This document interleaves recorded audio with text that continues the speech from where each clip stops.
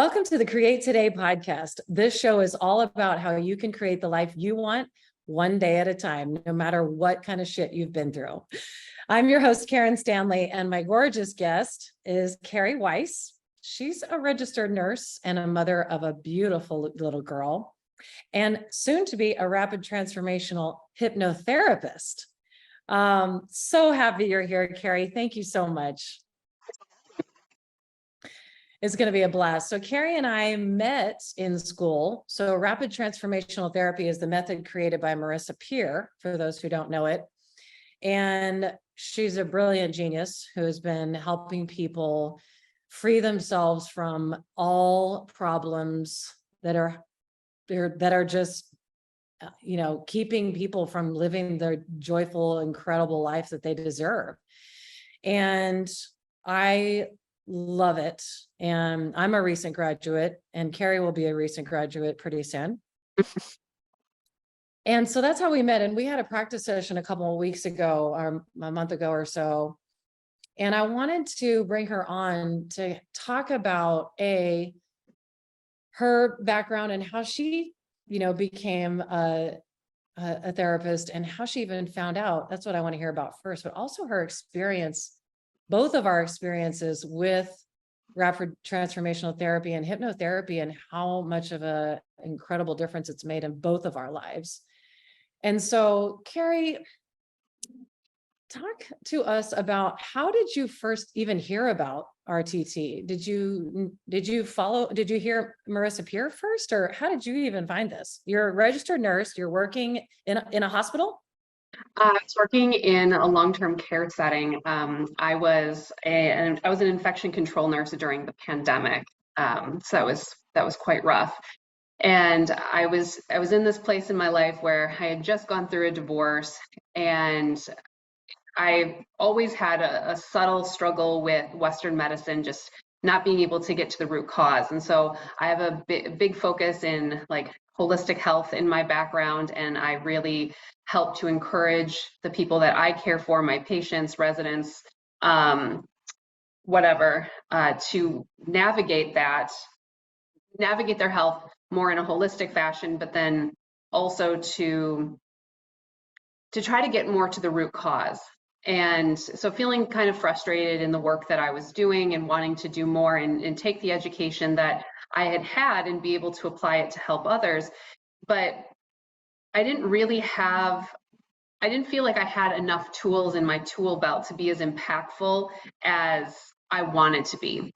So one day I was at work, and while I was going through the divorce and all of this major stuff in the universe was going on, I started to get these signals from the universe that was like, hey, just relax, trust, and just trust what's going to happen. And I saw this ad pop up for Mind Valley, and it's a subscription program that you can go on and learn from these really incredible professionals that are more in like the mind, body, spirit kind of avenue. And I logged in, I got a subscription, which was kind of a step for me. It was, I didn't think about it. I just did it.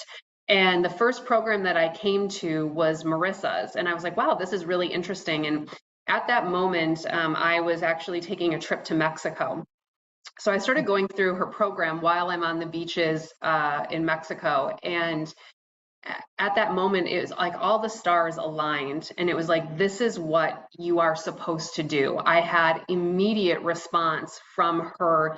It's not even a personalized recording, it's just a generalized one, for, letting love into your life, or for bringing abundance into your life. I could feel immediate responses from that. And looking at the life that I had just come from, I knew I didn't want to go back to that life. So I begrudgingly left Mexico and came back, and I jumped right into the program from that point on, and have been changing my life each session. Whether I'm doing a session for somebody else or I'm having a session done for me, my life is very, very different than it was 6 months ago. Wow. That's what blows me away, is how quickly you get relief. Yes. I know that's why she calls it rapid transformational therapy, but I mean, it's not necessarily just a 1 second, it's not necessarily that way, but it can be a relief that quickly. I'm still blown away. Yes. Yeah.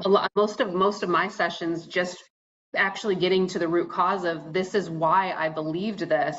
This is my understanding of it, just transforms it right there that second, and it just lifts from your body. It's not something that you have to carry anymore. And then the transformational recording just cements that in over the next 21 days. It's just unbelievable how impactful it's been for me. Wow. That's so cool. I had not heard, I had seen one interview that she had done on Tom Billio's show. And I hadn't even I didn't follow her. I didn't usually, which is very rare for me. I mean, somebody I listen to and I love what they have to say, I'll like immediately go to Instagram and follow them. So I can hear more and learn more, but I didn't do that back then. And I have the similar experience, sitting here after John was recovering from his open heart surgery and very, very distressed and very afraid. I was just every day, I was just so afraid that he wasn't going to wake up. He wasn't going to make it. And he was going to die. I was just overwhelmed with fear.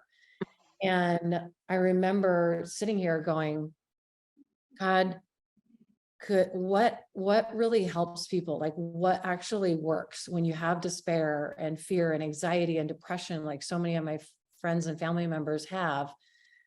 Please tell me what really works. And it literally, he said, blonde hair, British accent, Tom Bilyeu, go. I was like, oh, well, I remember. Oh, that's right. I remember that. Like I vaguely remember that interview. Loved her, loved what she had to say. And then I found her, from a couple of years back, even at that point. And then I realized, like then she actually teaches therapists and trains therapists to do what she's been doing. I just, which is phenomenal. I signed up on the spot too. That's so crazy that you had never heard of her till that one day and that one class and that one, prompting. That was just, it's just incredible how the universe works. And we both felt called that this is it. This is our purpose. And we're doing this 100%. Yeah. Unbelievable. So I want you to tell listeners what were you struggling with right before our session? What was it? A month ago. Yeah, actually, it's going on 3 months ago. I can't believe that, but I know that because yeah, it's already been that amount of time. Well, I was really excited to be partnered with Karen because of her background and her specialty in relationships, because what happened to me is I had just gotten back into the dating scene. And, that's already kind of scary this day and age with, online dating and stuff like that. I did not have very high expectations, but again, trusting in the universe. The first person that I matched with and had a connection, I ended up going on a date that was just coffee. I had very low expectations, but he ended up being very cute. We had so much in common. And it was this instant connection, and what was just supposed to be coffee ended up being a 6-hour date that I only went home because we were outside and it was so cold. And after we went on our second date, there was this just very strange shift. Instead of being excited about this opportunity and like being able to be aware with my conscious mind that like, wow, this is exciting, and this person actually embodies the qualities of somebody that I would really like to partner with, my body started being terrified. I was picking out all these features about them that I didn't like. The chemistry that we had completely disappeared.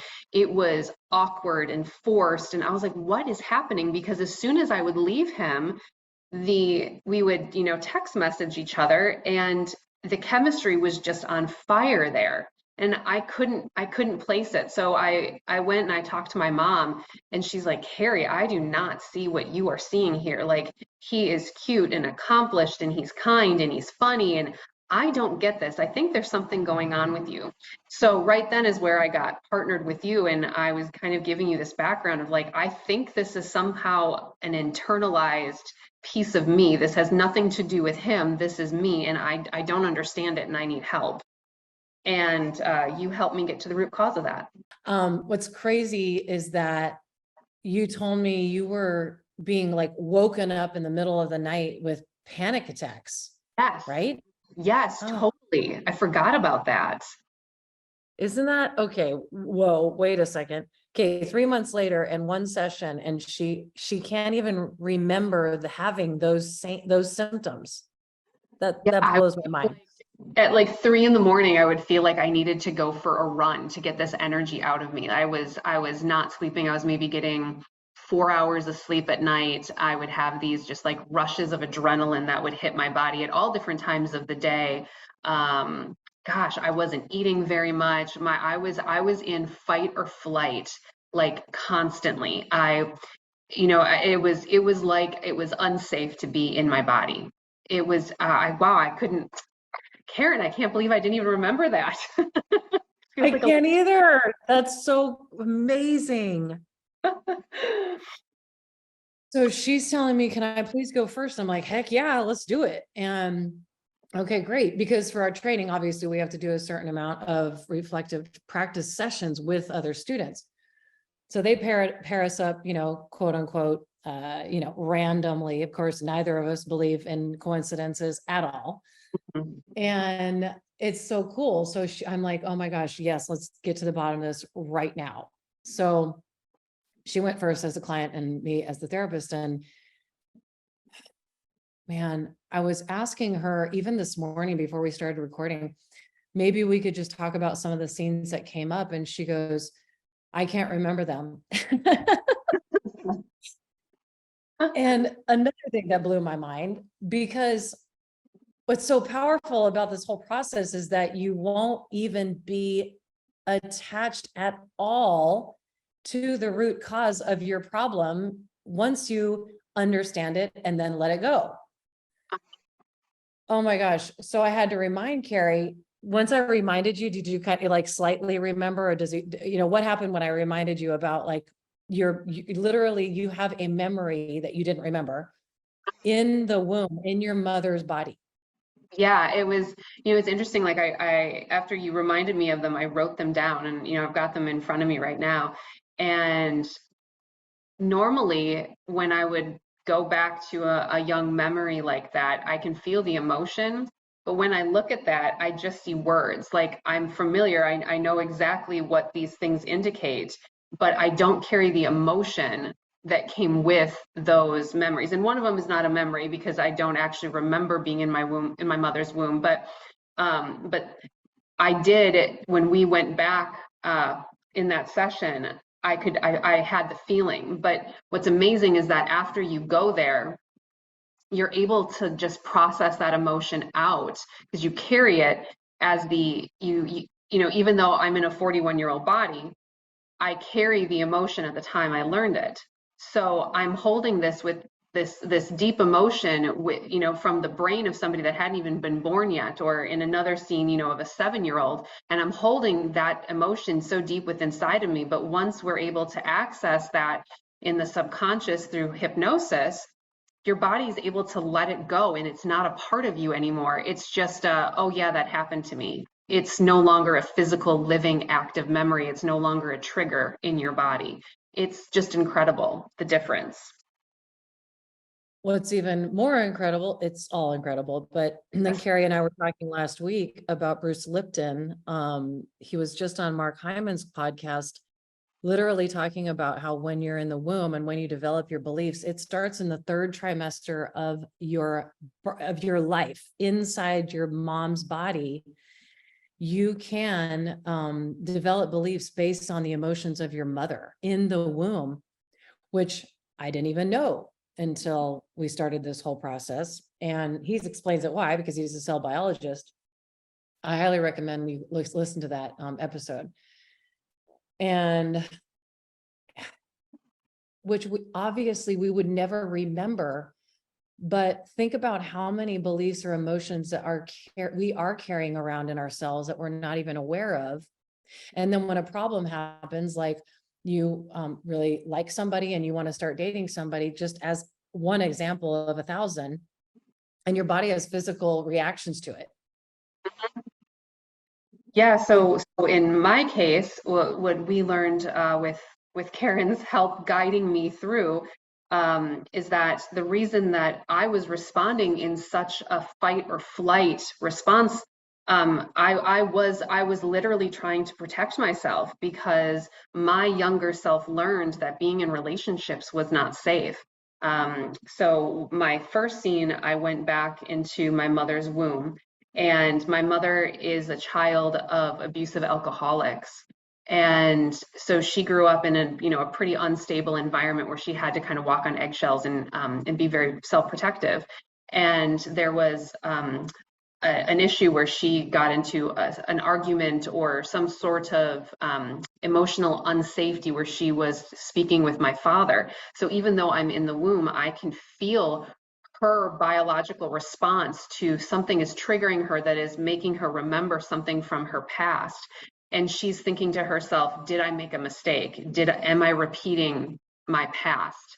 Is this what I want? And so my body, my little tiny newborn, not even out of the womb body, is learning, okay, well, my mom doesn't even know if this is safe for me to come out. And I had another session where, I could feel my father's energy, and my father's energy was like, wow, this is a very big deal. This me having a baby. I'm not sure I'm comfortable with this. I'm not sure I want this. And so I could feel all of that. My next scene was going into an environment where my dad was angry with me. And, me being such a small person, I think I must have been about 7 or younger. And I don't know, I couldn't remember what my dad was yelling at me about, but it was significant. And with him being so tall and so strong, that energy coming at me, being so vulnerable and young, that relationship between him and it didn't feel like a safe space. And then there was another situation where my parents are divorced, and they had not exactly the healthiest relationship when they were together. And so they fought a lot right towards the end. And the culminating factor, the scene that I remember, is that my dad was threatening to leave, and my brothers and I could hear the interaction between him and my mom. And, she was almost like, okay, well then do it. And he's like, I'm going to do it, kind of a thing. And my little brothers are crying, and I'm feeling like I have to protect my little brothers. And at the same time, I'm watching the dissolution of my parents' relationship and what all comes with that. And so I'm learning that, these intimate type relationships are not a safe place to be, and that you have to protect yourself and you have to protect the, other vulnerable people that you're with. And so, just those scenes together, my body was like, oh, you don't want this.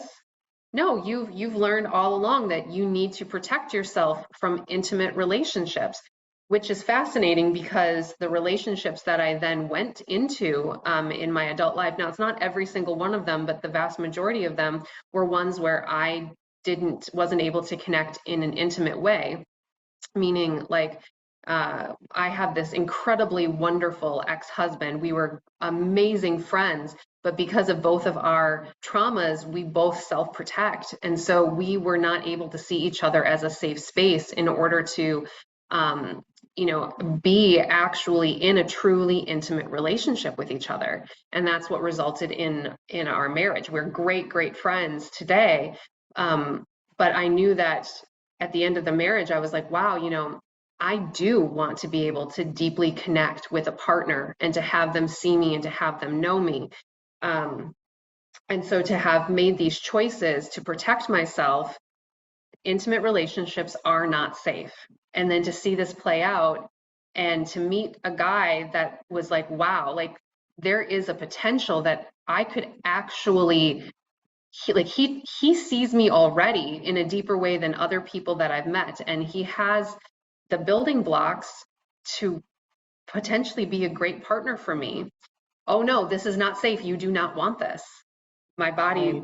body was, right in self-protect mode, and it just made so much sense. And so after understanding the root cause of that, and going through this session with Karen, and then her doing the recording for me, it was an immediate shift. I all of a sudden felt safe. I felt like I could take that next step to continue seeing him. Our next date was fantastic.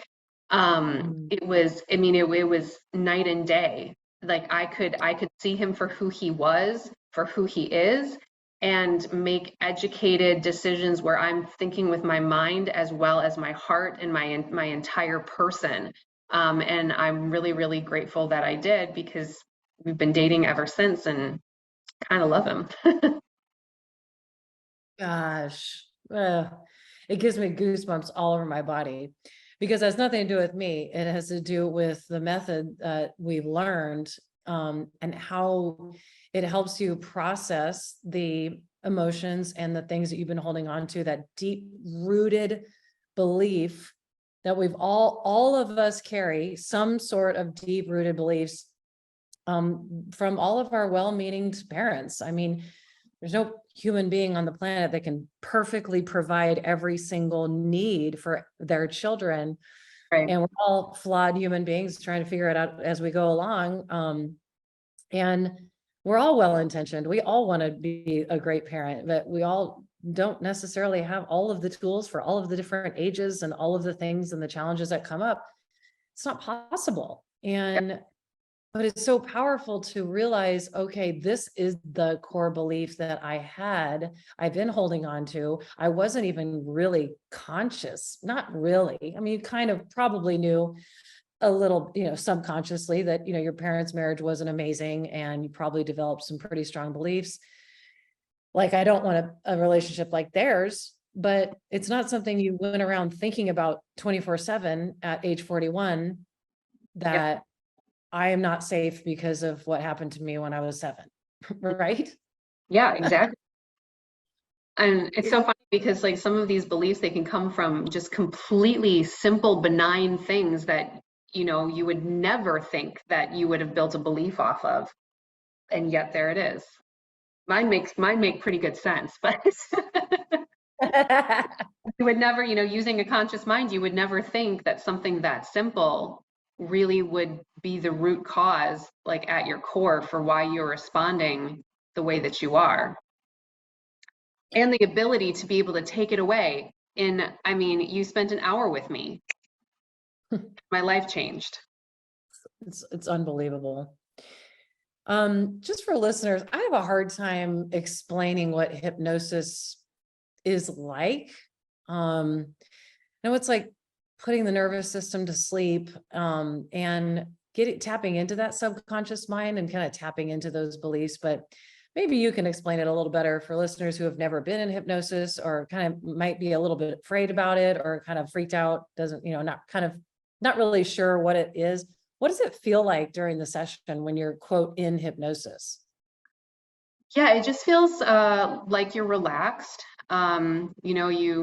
You go through a relaxation exercise just prior, and so when you're under hypnosis, you're simply just relaxed, and when you have access to the subconscious mind, you are able to download all of this extra information that you're not aware of, being that the subconscious mind is recording everything that happens throughout your life. You are under complete control. You are able to share or not share. You can correct the person that is your guide, if they're saying something that is incorrect. Overall, you just feel safe and open and grounded. The physical feeling is kind of similar. If you could be relaxed when you're driving, it's the same experience you get when you're driving a car and you start thinking about something and you just automatically navigate to wherever it is that you're going without being aware of it. That's the same thing as you're under hypnosis when you're driving a car and you just automatically navigate somewhere. but it's something Yeah, that you're that's a really comfortable with.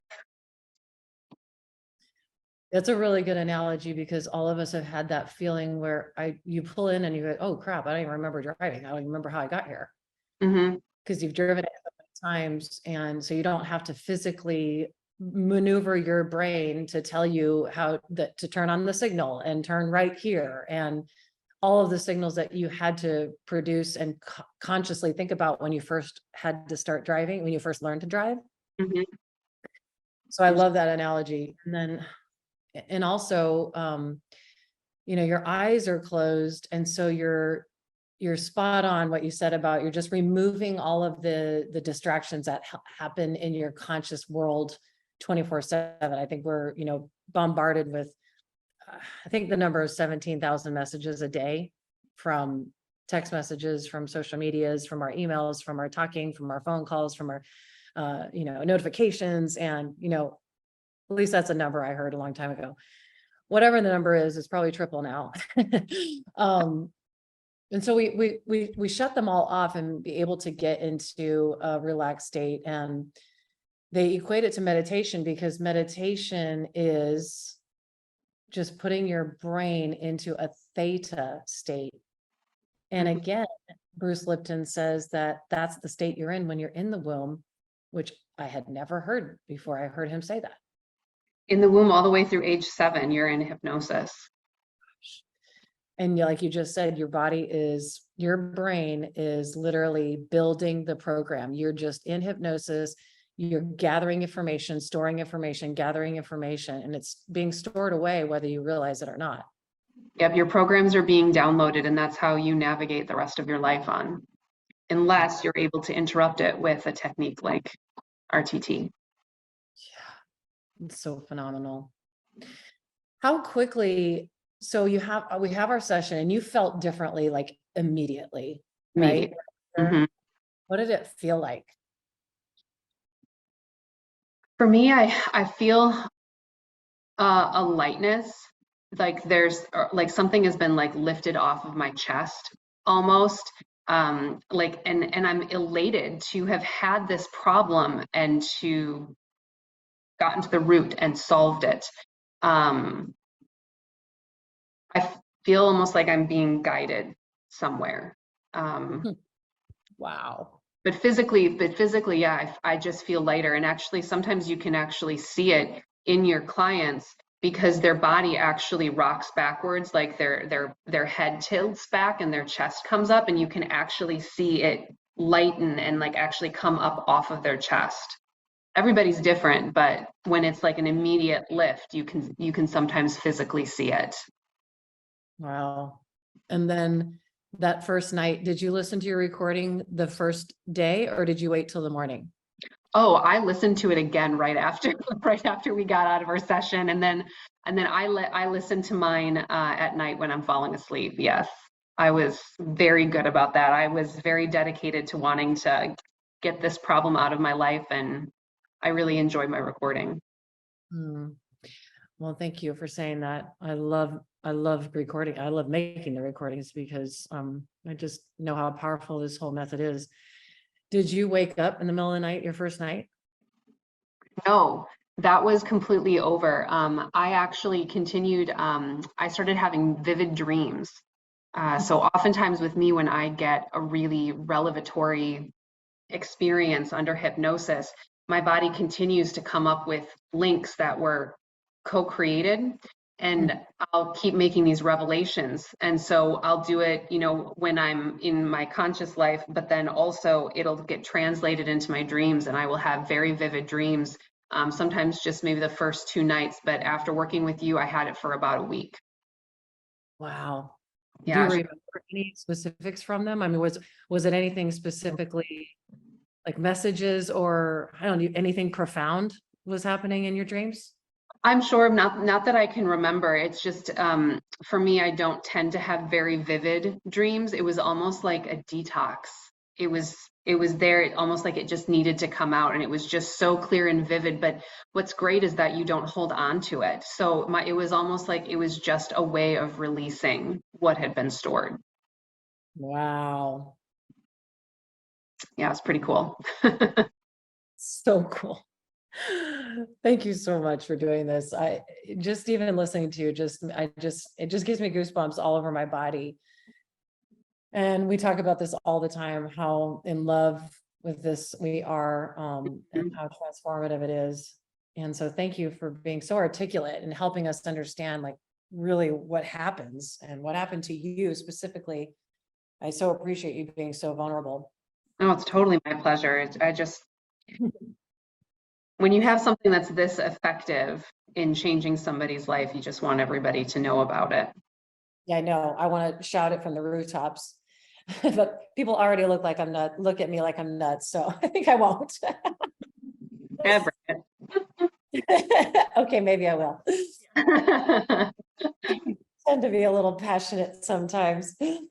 So you had a date like 2 days after you had already had it set up. And what was it like going to meeting your new boy? Your man, I know, but I like cute boys.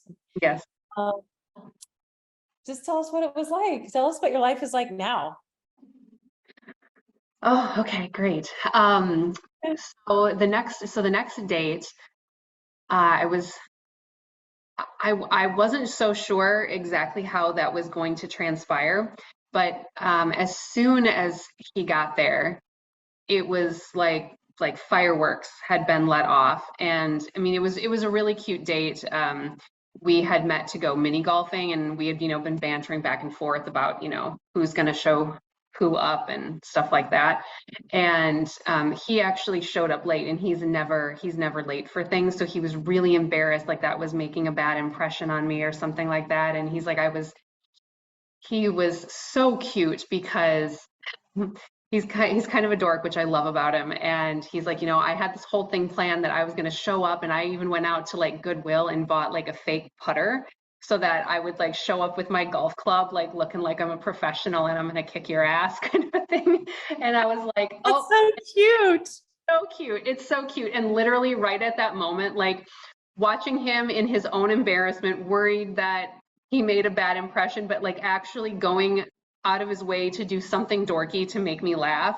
Like I just totally fell right at that moment. I was like, well, I totally like this guy right now. And from that point on, it was like, you know, going back to my youth and like, I'm flirting and like, cocking my head to the side and tossing my hair. And I'm like noticing myself being able to do that in a comfortable way, and engaging with him. And, I got to kiss him that night, and it was just really romantic and sweet. And for him, it was such a shift because I hadn't been totally open with him about what was going on at that point. I knew we had like a weird date, but, I wanted to go out with him again. And so it was interesting to watch him see the shift in me, and for him to kind of start to feel safer in the relationship, and like, okay, well, it looks like we're taking steps this direction. And we were able to openly talk about it at the next date about what had been going on, and for him to kind of get to know me in a deeper level, and also to see how when there's challenges in my life, the tools that I use and how I kind of dive head in and said, you know what, I don't want this for myself. I'm choosing something better. I need to make my life better, and how I use those resources. And, we've had an interesting journey together. But it has actually been a precursor for us to be able to have very open conversations. And I probably have one of the deepest relationships with somebody that I've only been dating for 3 months, because one of my ability to be so open, and of my ability to continue to work on myself. And I'm not carrying all this baggage. I mean, I have plenty of baggage from my life, but when something new comes up, I'm able to take this new tool and either help myself or come to talented therapists like Karen, and to help me realize where it came from and then not carry it forward. And you know, one of the greatest gifts that we have in life is our relationships with other people. It's what gives our life meaning, and it brings us this positive energy that makes life worth living. And, you know, loneliness in somebody's life is the equivalent of smoking a pack of cigarettes a day on their health. So having these deep and intimate relationships is just so vital for our health. And so to be able to finally have that for myself, to have a relationship where I can actually look to somebody else, even though I had great people in my life, I wasn't in a position to be deeply open because relationships weren't safe. But now that relationships can be safe when you choose partners that you are actually safe to be with. I was actually talking to my therapist the other day because I had another thing come up for me that I was kind of having some panic around, like some like rejection almost. And I knew this wasn't coming from my partner, this was coming from me. And she said, Carey, you know, when we see things like this come up in our life, when it kind of feels overwhelming, it could be because you finally feel safe. You are with a partner that you feel safe with, and you can continue to open up. And these things are starting to bubble up because you are actually safe to address these things in your life. You have the tools, you have the partnership, and you can grow as your person, as your own person, and you can grow in your relationship, and you're finally being given that opportunity to do so. And I was like, wow. And Wow. yeah. So I got to work with myself and figure out the root cause of that. And then him and I talked about it together and grew, and we just keep moving on and growing together. And it's been incredible. Yeah. And how I'm sure that has helped him feel safe and be vulnerable and be able to be vulnerable, which is very difficult. I think what you just illustrated is what every one of us have had to have dealt with at some point, where we want to share something, but we just can't. And so we just ignore it and we kind of just shove it down. I know I have in my experience, you know, millions of times. Not feeling like you feel like you're going to get rejected if you share what's truly on your heart. Yeah. And has he expressed anything, or has he articulated that to you, that he feels that he's able to be more vulnerable with you as well? Oh, absolutely. We actually talk about that kind of regularly, and that, you know, it's a safe space to learn, because both of us had been in self-protection modes, and to finally learn and to have the energy around us supporting us in being able to open ourselves up to each other and to ourselves, it's interesting. He's like, this is the safest that I have felt in being able to open up to another person. He's like, if this was somebody else, I don't think that I'd be able to do that. But in talking to you, like, I think that we can talk through anything together. And so that's been really rewarding. And to have that recognition of, wow, I'm actually building something with a partner that I don't, because I'm fiercely independent. I don't know what it's like to like have people take care of me, you know, in that way. And so to recognize that, wow, when something difficult comes up, my partner isn't running, or my partner isn't disassociating, my partner is actually there and saying, hey, tell me more about what's going on. Or there was one event where something bubbled up for me that was really hard, and he could see me fighting off tears, and he's like, why are you fighting off the tears? And I was like, because I don't want to. And he's like, okay. And so he actually got me up, because we were sitting outside, and he brought me inside in private and just wrapped his arms around me and held me. And he's like, okay, I'm a safe space. You can let this out. And like what that did for my younger self and what that did for my 40-something self, I mean, I felt like the luckiest person at that moment. Wow, that brings up tears, because I remember the very first time John did that for me, and now we're talking 9 years ago. And I remember that being so foreign, and I was just sitting on the side of his bed before we even lived together, and I couldn't hold it in. I was just so frustrated, and I was having a really hard time at work, and I thought I was going to lose my biggest account, and I was just so, it was so foreign to me to have a partner that just put his arms around me, exactly what you just said. And I just bawled, and it was okay. And I didn't have to pretend that everything was okay. I didn't have to quote, be strong, like you and I both have, been our whole lives. We're very independent. And I love that about myself. You don't have to be strong. You don't have to hold in emotions. And I remember that so strong that your story just brought up that very vivid memory for me that I haven't thought about in a while. It's so beautiful. The other thing that I love, speaking of being strong, is that, one of my very first sessions privately with RTT, coming out of a divorce and, being scared about dating, and, I really wanted to make sure that I was secure within myself, that I loved myself, that I was going to bring, the best version of myself forward before I went into dating.